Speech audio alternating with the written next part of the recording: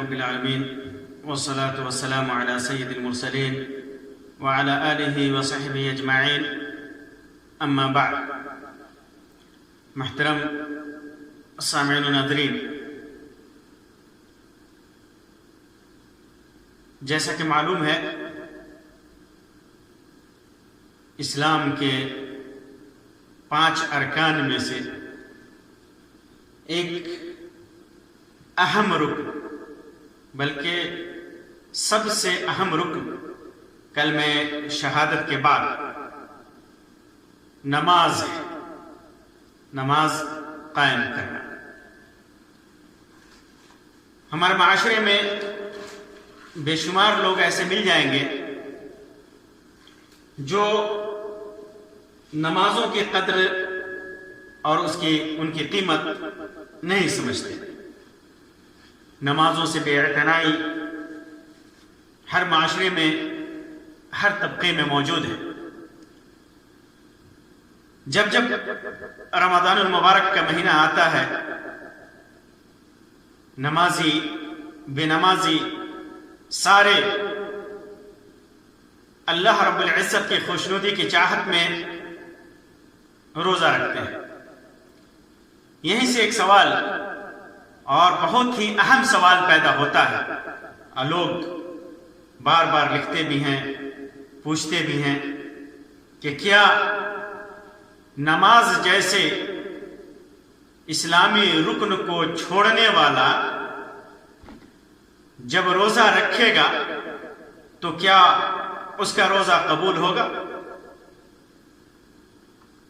در حقیقت یہ سوال بہت ہی اہم ہے، بہت ہی اہم سوال ہے، اور ایک مسلم معاشرے کی ضرورت بھی ہے، مسلم معاشرے کی ضرورت بھی ہے کہ ایسا سوال کیا جائے، کیونکہ رمضان المبارک کا روزہ یہ بھی اسلام کے ارکان میں سے ایک ہے، اور نماز بھی اسلام کے ارکان میں سے ایک ہے۔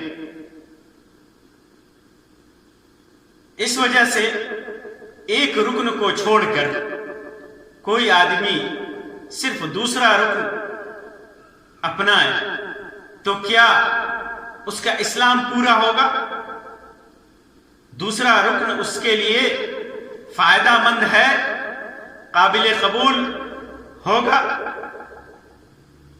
یہاں پر یہ سوال بھی بڑی اہم ہے کہ 5 ارکان میں سے، اسلام کے 5 ارکان میں سے پہلا رکن جو ہے شہادت دینا، اللہ کی وحدانیت اور رسول اکرم صلی اللہ علیہ وسلم کی رسالت کی گواہی دینا، یہ سب سے بنیادی رکن ہے۔ اگر اس رکن کا اقرار کوئی آدمی نہیں کرتا ہے تو کیا اس کی عبادتیں قبول ہوں گی؟ ہرگز قبول نہیں ہوں گی۔ اور اسی شہادت کے بعد دوسرا رکن اقامت الصلاۃ، نماز قائم کرنا ہے۔ اگر کوئی آدمی نماز چھوڑ دیتا ہے تو کیا اس کی دوسری عبادتیں قبول ہوں گی؟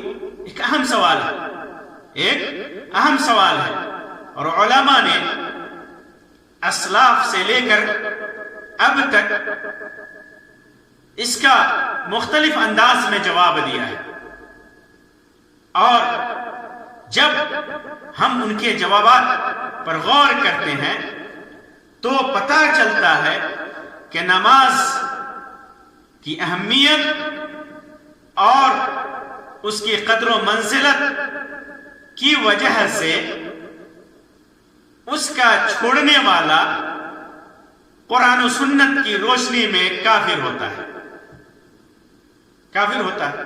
واضح طور پر قرآن مجید میں اللہ تبارک و تعالی نے فرمایا ہے کہ نماز قائم کرو، وَلَا تَكُونُوا مِنَ الْمُشْرِكِينَ، اور مشرکوں میں سے مت ہو جاؤ۔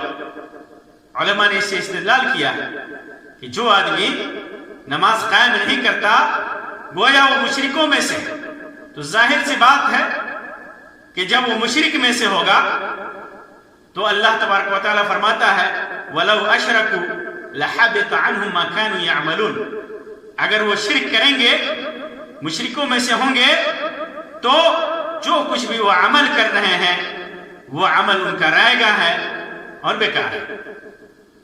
تو ظاہر سی بات ہے کہ نماز چھوڑنے والا مشرکوں میں سے ہوتا ہے، اور اللہ کے رسول صلی اللہ علیہ وسلم نے ارشاد فرمایا بین الرجل و بین الشرک والکفر ترک الصلاۃ، آدمی اور شرک و کفر کے درمیان جو چیز فاصل ہے، جو فرق ہے، وہ نماز کا چھوڑنا ہے۔ اس کا مطلب یہ ہوا کہ جو آدمی نماز پڑھتا ہے وہ مومن ہے، اور جو نماز نہیں پڑھتا اس کا مطلب وہ کفر اور شرک میں داخل ہے۔ اسی وجہ سے اللہ کے رسول صلی اللہ علیہ وسلم نے ایک حدیث میں روایت ارشاد فرمایا العہد الذی بیننا وبینہم ترک الصلاۃ فمن ترکہا فقد کفر، وہ عہد جو ہمارے درمیان اور ان کے درمیان ہے وہ نماز کا عہد ہے، مسلمانوں کے درمیان جو عہد ہے وہ نماز کا ہے۔ فمن ترکہا فقد کفر، جس نے نماز کو چھوڑ دیا اس نے کفر کیا۔ واضح طور پر کفر کا ذکر ہے ان روایتوں کے اندر۔ عبداللہ ابن شقیق رحمہ اللہ جو تابعین میں سے ہیں، امام ترمذی نے ان کی ایک روایت ذکر کی ہے، ان کا ایک قول ذکر کیا ہے، مشہور تابعین میں سے ہیں، فرماتے ہیں کہ کان اصحاب محمد صلی اللہ علیہ وسلم لا يرون شيئا من الاعمال تركه كفر غیر الصلاۃ، کہ اصحاب محمد، اللہ کے رسول صلی اللہ علیہ وسلم کے اصحاب، نماز کے چھوڑنے کے علاوہ اعمال میں سے کسی عمل کو کفر نہیں سمجھتے تھے، یعنی نماز چھوڑنا ان کے نزدیک کفر تھا۔ تو نماز اسلام کے ارکان میں سے، فمن ترکہا فقد حدم الدین، الصلاۃ عماد الدین، نماز دین کی بنیاد ہے۔ فمن ترکہا فقد حدم الدین، جس نے نماز کو چھوڑ دیا اس نے دین کو ڈھا دیا، اس نے دین کو ڈھا دیا۔ اور بھی اس کے علاوہ بہت ساری روایتیں ہیں جو اس بات پر دال ہیں کہ اللہ کے رسول صلی اللہ علیہ وسلم نے تارک صلاۃ کو کافر کہا ہے۔ صحابہ کرام بھی نماز چھوڑنے والے کو کافر شمار کرتے تھے۔ اس بنیاد پر جو نماز چھوڑتا ہے چونکہ وہ کافر ہوا، اس وجہ سے اگر وہ کوئی عمل کرتا ہے اور ان اعمال میں روزہ بھی ہے تو اس کا روزہ قبول نہیں ہوگا، اس کا عمل قبول نہیں ہوگا۔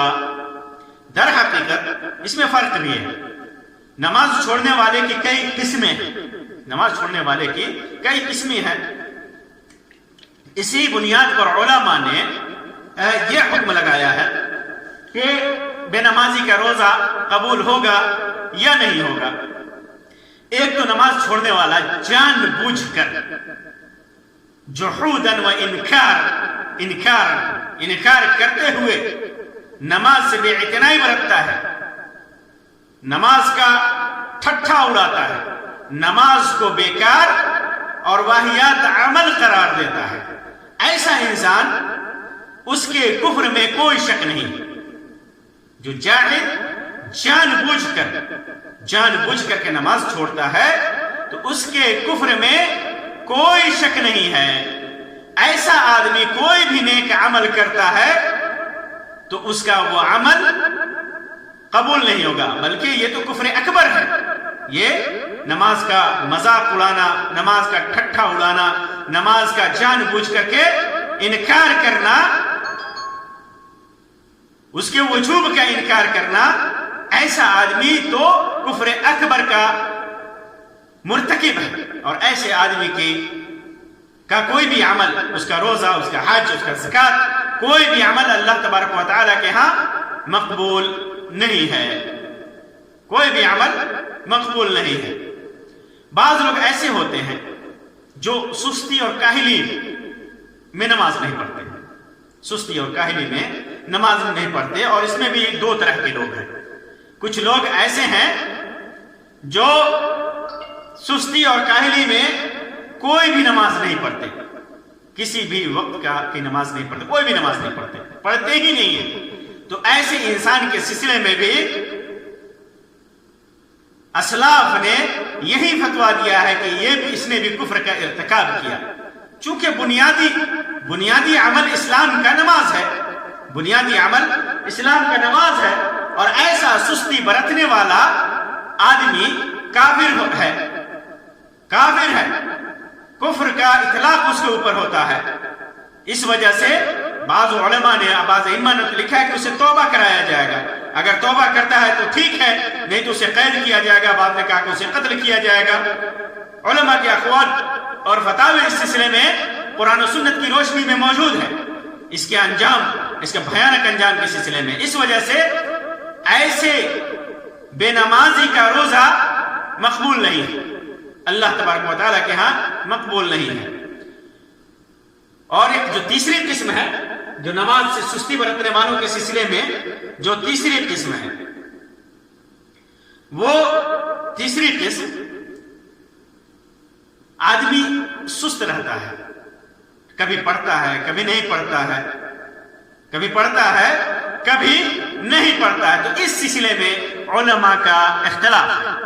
بعض علماء کہتے ہیں کہ وہ ایسے کفر کا ارتکاب نہیں کرتا کہ ملت اسلامیہ سے خارج ہو جائے، بلکہ اس کا کفر کمتر درجے کا ہے، کمتر درجے کا ہے۔ اس وجہ سے دیگر اعمال بھی اس کے قبول کیے جائیں گے، جن میں روزہ بھی ہے، روزہ بھی قبول کیا جائے گا۔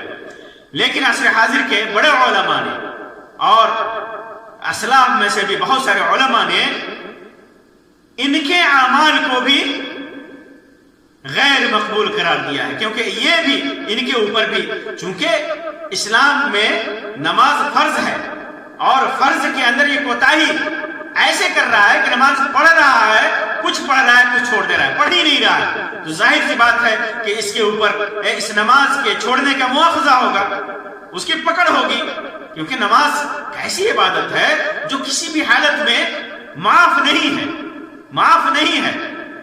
ہلکی کر کے پڑھنا ہے، کم کر کے پڑھنا ہے، اشارے سے پڑھنا ہے، طاقت نہیں ہے بولنے کی، اٹھنے کی، بیٹھنے کی، حرکت کرنے کی، تو اشارے سے پڑھنا ہے۔ لیکن جب تک عقل ہے، جب تک سمجھ ہے، جب تک انسان سمجھ رہا ہے، اسے پڑھنا ہے، چھوڑنا نہیں، کیونکہ چھوڑے گا تو پھر اس کا مواخذہ ہوگا، اس کا مواخذہ ہوگا۔ ہاں، معلوم عقل سے مخبوط ہو گیا، مخبوط الحواس ہو گیا، کچھ سمجھ نہیں ہے، ایسی حالت میں پہنچ گیا، اسی سے معاف ہے، مجنون اور پاگل سے معاف ہے، یا بعض حالات میں جیسے ماہواری کے ایام میں عورتوں سے معاف ہے، نفاس کے ایام میں عورتوں سے معاف ہے، لیکن باقی دیگر حالات میں کسی بھی صورت معاف نہیں ہے۔ آدمی ناپاک بھی ہے، ناپاک بھی ہے، پانی نہیں ہے، پانی کا استعمال اس کے لیے مشکل ہے، ایسی صورت میں بھی معاف نہیں ہے، تیمم کر کے پڑھنا ہے، تیمم کر کے پڑھنا ہے۔ اگر نماز کسی وجہ سے قضا ہو جاتی ہے، وقت پر نہیں پڑھتا ہے، پھر بھی اس کو قضا کر کے پڑھنا ہے، لیکن پڑھنا ہے، چھوڑنے کا کوئی راستہ نہیں ہے، چھوڑنے کے لیے کوئی عذر اور کوئی بہانہ نہیں ہے۔ تو ایسا انسان سستی کرتا ہے، بعض وقت پڑھتا ہے، بعض وقت نہیں پڑھتا ہے۔ بہت سارے لوگ ایسے ہیں جو صرف جمعہ پڑھتے ہیں، بہت سارے لوگ کوئی کسی نماز میں کسی کے ساتھ چلے گئے ورنہ نہیں جاتے ہیں۔ تو ایسے لوگوں کے سلسلے میں علماء نے فتویٰ دیا ہے کہ ان کا بھی روزہ قبول نہیں ہوگا، انہیں بھی توبہ کرنا چاہیے اور نماز کی پابندی کرنی چاہیے، تب ان کا روزہ اللہ تبارک و تعالیٰ قبول کرے گا۔ ایسی ہی نمازیوں کے سلسلے میں اللہ تبارک و تعالیٰ نے فرمایا فَوَيْلٌ لِّلْمُصَلِّينَ الَّذِينَ هُمْ عَنْ صَلَاتِهِمْ سَاهُونَ۔ ویل ہے، ویل کا معنی ہلاکت کا بھی ہوتا ہے، تباہی و بربادی کا بھی ہوتا ہے، اور ویل جہنم میں ایک وادی ہے۔ للمصلین اللہ تبارک و تعالیٰ نے کہا نمازیوں کے لیے، للمصلین ویل ہے نمازیوں کے لیے، بے نمازیوں کے، بے نمازی تو کافر ہی ہیں، بے نمازی تو کافر ہی ہیں، اور اس میں بھی ان کے کفر کے درجات ہیں، انکار کرنے والا وجوب کا